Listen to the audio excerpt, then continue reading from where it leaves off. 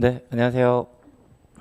네, 경영을 강의하는 이인호입니다. 네, 얼굴 좀 푸세요. 왜 이렇게 긴장하고 있어요? 얼굴 너무 굳어 있어. 어차피 지금 수업 들으신 거 아니고 그냥 설명해 오신 거예요. 그러니까 좀 편하게 좀 드시면 좋을 것 같다는 생각이 드는 거고요. 어쨌든 이제 그 경영학에 대한 얘기 좀 드릴 텐데 일단 뭐 간단하게 제 뭐 이력이니까 확인하시면 될 거고 이게 뭐 중요한 거 아닌 것 같고 역시 이제 제일 중요한 건 어쨌든 지금 설명해드려 오신 거니까 그 노무사 1차 시험에서의 경영학이 어떠한 의미를 가지고 있는지 그 다음에 어떻게 공부를 하셔야 되는지 그런 것들 위주로 이야기를 좀 하면 될 것 같은데 일단은 어쨌든 우리 시험을 준비하시는 분들이니까 기출 문제가 중요한 기준이 되겠죠. 그리고 이제 이미 다 알고 계시겠지만 2024년도 시험부터 엄청난 변화가 있는 거예요. 그러니까 일단 문항수도 25문항에서 40문항으로 올라가 있는 상태이고 그냥 문항수만 늘린 게 아니라 난도도 무지하게 높아져 있는 상태가 되는 거죠. 물론 뒤에 다시 말씀을 드리겠지만 일단 노무사 시험은 그 연차별의 난도를 가지고 말씀드리면 분명히 올해 난도 높았던 거 맞거든요. 하지만 그냥 각 시험에 대한 경약에 대한 객관적인 난도를 놓고 보면 높았던 난도는 아니에요. 물론 쉬웠다는 얘기 하는 거 절대로 아니고요. 단지 노무사 시험의 지금까지에 대한 출제 경향과 비교했을 때는 분명히 어려웠다. 하지만 객관적인 관점에서는 그렇게 많이 어려운 시험은 아니었다라는 게 기본적인 기조인 거고요. 그럼 이 얘기는 어떤 얘기랑 똑같으냐면 내년도가 어떻게 될지에 대한 것들을 예측해 볼 수 있는 여지는 분명히 있는 거죠. 그래서 일단 잠깐 보시면 지금 이제 되게 올해 시험에서 시사하는 바가 되게 많은데 지금 이제 경영학을 전체적으로 분야로 나눴을 때 지금 경영원론과 경영 전략을 묻고요. 그다음에 이제 조직행동론과 인적자원관리 물론 이제 이 인적자원관리와 조직행동론이 2차 시험 과목으로 바뀌면 인적자원관리가 인사노무관리로 되어 있는 거고 조직행동론이 경영 조직론으로 되어 있는 거죠. 근데 사실 이제 그 인사 노무나 그 경영 조직론은요 경영학에 대한 과목이 아니에요. 시험 과목의 명칭인 것 뿐이지 경영학에서 분류하고는 과목 분류가 아니거든요. 근데 이제 어쨌든 여러분들은 시험을 준비하시는 분들이니까 그쪽 편에서 익숙하시긴 하시겠지만 이제 어쨌든 여러분들 입장에서 경영 조직론의 의미를 가지고 있는 조직 행동론과 그다음 인사 노무 관리에 해당하는 인적 자원 관리 두 개를 하나 묶고 있는 거고 그다음에 나머지 생산 운영 관리 마케팅 그다음에 재무 관리 회계학 MIS에 대한 내용들을 쭉 보고 있는 건데 이게 왜 여러분들에게 중요한 의미를 가지고 있냐면 이쪽이 22.5% 여기가 22.5%다 더하면 45% 그리고 나머지가 55%가 출제되고 있다는 거예요. 그럼 이게 뭘 시사하는 바냐면 역사 예전의 경우들을 보게 되면 예와 예 비중이 50%가 넘었다는 거예요. 그리고 이 두 가지가 왜 여러분들에게 의미를 가지냐면 이제 노무사 시험 준비하시는 분들 대부분 보게 되면 2차 시험을 같이 병행하시잖아요. 그러면서 이제 경영학을 어떻게 많이 해결하셨냐면 2차 시험에서 인사 경주 하다가 막판에 경영 살짝 해야지 라는 형태로 하는 전략들 많이 세우셨고 아마 올해도 난도가 높아진다고 계속 말씀드렸는데도 불구하고 그렇게 하시는 분들 생각보다 많으신데 예전엔 이쪽에 대한 비중이 높았을 때 그게 가능했지만 지금 이쪽에 대한 비중이 훨씬 높은 거잖아요.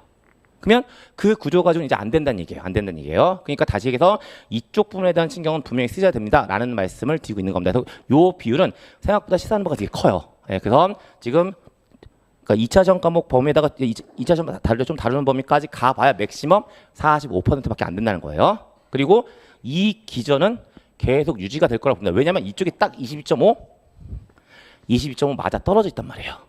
그러니까 분명 이건 뭔가 우연의 일치라기보다는 전 개인적으로 만든 숫자라고 보여지는 거거든요. 그래서 일단 그런 거 가지고 기출 제 전체적인 출제 경향들 일단 파악하시는 거고 제가 판단하는 선에서 이 기전은 앞으로 계속 유지가 될 거예요. 그럼 이제 이 상태에서 이제 어떻게 우리가 그 경영학을 좀 공부하셔야 되는지 그런 것들에 대한 내용들을 좀 보실 필요 있을 것 같은데 보시면 이제 제일 첫 번째 이미 앞에서 여러 차례 얘기 드렸지만 문항 40문항 증가로 인한 대비는 분명히 필요하다는 거죠. 그리고 난도가 높아진 거라는 것도 충분히 말씀을 드렸고 그랬을 때 어떻게 이제 가는 게 그러니까 밑에 거 같죠? 그럼 공방법 및 전략의 수정이 필요하다 이미 얘기했잖아. 2차 시험 하면서 1차 살짝 경영학 왔다 넘어가시는 거 이제 안 돼요. 안 되시는 겁니다. 그러니까 분명히 경영학 그 인사 경주의 범위를 벗어난 나머지 부분에 대한 것들까지 착실하게 꾸준히 좀 내용 정리하시면서 경영학을 쌓아 가셔야만 1차 시험에서 실수가 없는 거예요. 좀 그 직접적인 얘기 한 가지 말씀드리면 1차 시험에 합격하지 못하시면 2차 시험에 기회는 없는 거예요. 그러니까 물론 지금까지 노무사 수험 쪽에 대한 분위기를 보게 되면 2차 시험이 위주였던 거 맞아요. 물론 이제 그 이유는 다른 게 아니라 1차 시험이 쉬웠기 때문인 거잖아요. 하지만 이제 1차 시험은 어려워진 상태가 돼버렸고 이 기전은 계속 갈 거고 그 상황이라면 이제 1차 시험에 대한 중요성은 너무나 커져 있는 상태라고 보시면 돼요. 그래서 그런 방법에 대한 전략 수정은 분명히 필요하다라고 보시면 되는 거고, 역시 이제 그런 연장선에서 잠깐 말씀 좀 드리면 역시나 단순 암경태 공부는 안 돼요. 그러니까 일반적 경영학을 공부하시는 패턴들을 보면 어떤 것들 너무나 선호하시긴 하냐면 2차 시험에 영향을 받아서 그렇긴 한데 앞잡다는 거 너무 좋아하세요. 앞잡다는 거 너무 좋아하시는데 그 앞잡다다 보니까 무조건 외우시는 건데 1차는 안 돼요. 왜 안 되는지 잠깐 말씀드리면 제가 사전에 질문 몇 개 받았는데 여기도 들어가 있어요. 그러니까 무슨 얘기냐면 여러분 1차 시험 4과목 공부하셔야 되는 거죠. 근데 나머지 3과목과 경영학에 분명한 차이가 있어. 뭐가 있죠? 나머지 3과목은 법과목이고요. 경영은 법과목이 아닌 거예요. 그러면 법과목인 것과 법과목이 아닌 건 어떤 차이점을 가지고 있냐면 법과목은요. 출제자가 문제를 내던 여러분들이 공부를 하시던 동일한 개념이라면 사용되는 용어가 달라질 수 없어요. 왜? 법전에 있는 용어를 쓸 거니까. 근데 경영학은요. 여러분들이 공부하신 용어와 출제자가 사용하는 용어가 동일한 의미지만 달라질 수 있어요. 왜냐하면 경영학전은 없거든요. 그냥 경영학은 그냥 미국에 있는 경영학 갖다가 번역해서 만들어 놓고 있는 거란 말이에요. 그러니까 동일한 단어라도 누가 어떻게 번역하냐에 따라서 용어는 달라질 수 있는 거죠. 근데 이게 여러분이 어떤 형태로 다가오냐면, 그러니까 경영학을 오래 공부하신 분들은 그나마 좀 괜찮지만 어떤 우리 단기 속성해야 되는 거잖아. 그러면 단기 속성이라고 하는 관점에서 용어만 달라지면 개념도 다르게 받아들여져요. 그러니까 이제 그런 것들이 문제가 되는 거고, 그럼 당연히 출제가 됐을 때 맞추지 못하는 거잖아요. 어떻게 하면? 앞자 따면. 무슨 얘기냐면 그냥 무조건 앞자를 땄어. 근데 시험장 들어갔더니 그 앞자가 없는 거예요. 그럼 지금은 아무것도 아닌 것처럼 보일지 모르겠지만 그게 시험장에 들어가시면 되게 멘탈이 갈라져요. 그러니까 어쨌든 앞자 따는 형태, 단순 암경태의 공부는 절대로 안 되는 거고요. 그럼 이제 그 문제를 어떻게 해결하셔야 되는 거냐? 내용을 이해하신 다음에 그 다음에 용어가 정리가 되면 어떤 용어를 가지고 이게 유추가 가능해지는 거예요. 그래서 어쨌든 경영학은 무조건 이해가 우선이에요. 무조건 앞자 딴다든지 OX 형태 공부 절대로 안 돼요. 무조건 이해한 다음에 그걸 가지고 내용들을 유추하시는 거고요. 그 다음에 또 한 가지, 왜 이 형태의 공법을 되게 강조해서 말씀을 드리냐면 출제 유형들을 보게 되면 어떤 형태가 대부분이냐면 일단 개념이 이해가 돼야 돼. 근데 법전 같은 건 경영학전이 없으니까 그 개념을 똑같은 문장으로 풀어내지 않는 거예요. 이걸 다른 형태로 풀어내는 거니까 이 문장 풀어낸 내용이 정말 맞는 건지 아닌지를 판단할 수 있어야 되는 거거든요. 그리고 그걸 판단하기 위해서는 분명히 이해가 선행돼야만 그 문장이 응용되었을 때 이 문장이 옳은 문장인지 옳지 않은 문장인지가 파악이 가능해지는 겁니다. 그래서 계속 똑같은 얘기 드리고 있긴 하지만 절대로 경영학은 암기 안 됩니다. 무조건 이해. 그리고 여기서 또 경영학은 암기가 생각보다 많지 않은 이유 얘기할게요. 여러분들 주관식 시험 보시는 거 아니고 지금 이제 1차 목적이니까 객관식 시험 보시는 거고요. 객관식 시험은 어떤 출제자가 문장이나 용어를 썼을 때 이게 맞는지 아닌지만 판단할 수 있으면 되는 거잖아요. 어차피 경영학은요 법전에 있는 그런 법률 용어가 아니기 때문에 용어를 바꿔치기 할 일은 없어. 이 내용이 맞느냐 안 맞느냐의 문제니까 내용이 이해가 되고 있으면 암기하지 않아도 풀 수 있는 내용들이 생각보다 많다는 거죠. 근데 이해하지 못하고 암기만 돼 있으면 못 푸는 거예요. 그러니까 경영학은 무조건 이해가 중심이다라고 보시면 되는 거고, 그 다음에 역시나 이제 그 경영학을 이제 강의하다 보면 그 특히 노무사 시험 준비하시는 분들 입장에서 봤을 때 가장 어렵다고 생각하시는 거 있으세요? 그러니까 무슨 얘기냐면 그 일반적으로 저도 이제 노무사 쪽에서 강의를 해보면 이제 여러분들 제일 싫어하시는 거 사실 노무사 시험 선택한 이유도 이거더라고요. 숫자. 근데 하필이면 이제 경영 안에 재무관리랑 회계학이라는 분야가 있는 거고 이제 이것 때문에 많이 힘들어 하시는데, 하지만 또 버릴 수도 없어. 아까 말씀드린 것처럼 생각보다 한 20% 넘게 지금 출제가 되고 있는 상태이고요. 그러니까 이제 버릴 수는 없는 상태인데 그럼 이제 어떻게 대비할 것이냐? 그렇다고 해서 재무관이랑 회계학을 다 할 것이냐? 그럼 미쳐요. 그 재무관이랑 회계학만 가지고도 엄청난 양을 가지고 있기 때문에 그걸 다 할 수는 없어. 그러면 당연히 이제 어떻게 할 수밖에 없냐면 필요한 것들 위주만 보시면 되는 거고요. 그래서 보시면 너무 많은 욕심을 부리지 말자고요. 그렇다고 해서 물론 욕심을 부리지 말자고 했지 버리는 얘기는 안 했잖아. 버림 절대로 안 되세요. 그러니까 재무관 회계학을 포기하는 것은 아니다라고 보시면 되는 거기서 꼭 필요한 내용들 중심으로는 분명히 정리를 좀 하고 가셔야 됨을 분명히 말씀드리고 있는 거고요.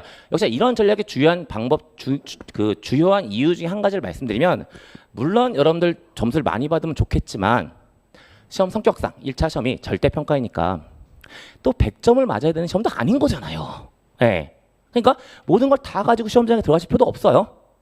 가장 이상적인 거? 꽈라 없이 평균 6점 맞으면 가장 이상적인 거잖아. 가장 가성비 좋게 합격하신 거잖아요. 평균 7점, 8점 받으면 뭐 할 건데. 아무 의미 없는 거예요. 그러니까 재무관 회계학 버릴 수는 없지만 그렇다고 해서 너무 많은 욕심을 내지 말자. 예, 그래서 그 형태로 좀 접근하신 거 분명한 의미가 있다라고 보여지는 거고. 그래서 이제 밑에 보시면 이제 역시 이제 몇 가지 이제 공부하는 방법에 대한 이야기 들어가 있는 상태인데, 일단은 제가 항상 경영학을 강의할 때마다 강조하는 건 뭐냐면 익숙함이에요. 그래서 저 항상 뭐라고 말씀을 드리냐면 경영학은 공부하시는 게 아니고요. 계속 반복적으로 반복하셔야 돼요. 예, 반복하다 보면 자연스럽게 이해도 되는 거고 자연스럽게 몸에도 배어요. 그래서 경영학을 공부하실 때 가장 중요한 건 익숙함입니다라는 사실을 말씀드리게 되는 거고, 그 다음에 또 한 가지 역시나 이제 지금부터 이제 여러분들 1차 시험 준비하시려고 이 자리에 와 계신 건데, 그럼 이제 점점 시험 날짜 임박해질 거잖아요. 그러면 시험 날짜 임박해지면 이제 뭐가 더 중요할까? 기초를 잡는 건 아닌 거잖아. 시험 날짜 임박해졌으니까 당연히 회독수를 늘리는 게 제일 중요한 상태가 되고, 그 회독수를 늘릴 때 그 두꺼운 기본서 가지고 회독수를 늘릴 수는 없어요. 그러니까 뒤로 갈수록 막판에 회독수를 늘릴 수 있는 아주 컴팩트한 아티클, 자료 같은 것들은 필요할 거고요. 그것 때문에 저는 항상 뭘 많이 강조해 드리냐면 서브노트 만드는 문제에 대해서도 많이 강조를 해 드려요.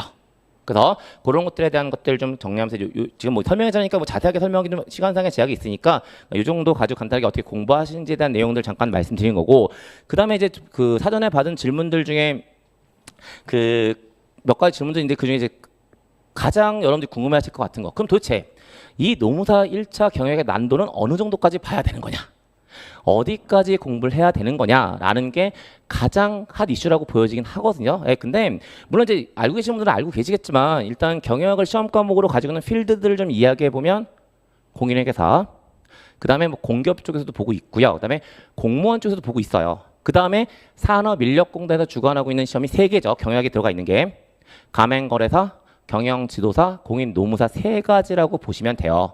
근데 당연히 그럼 아까 좀 전에 열거해드린 그런 것들 다 공부하실 필요 없어요. 왜 각 시험들마다 난도의 차이는 분명히 있을 테니까. 그러면 우리 입장에서 당연히 뭐에 포커스를 맞출 수밖에 없을까?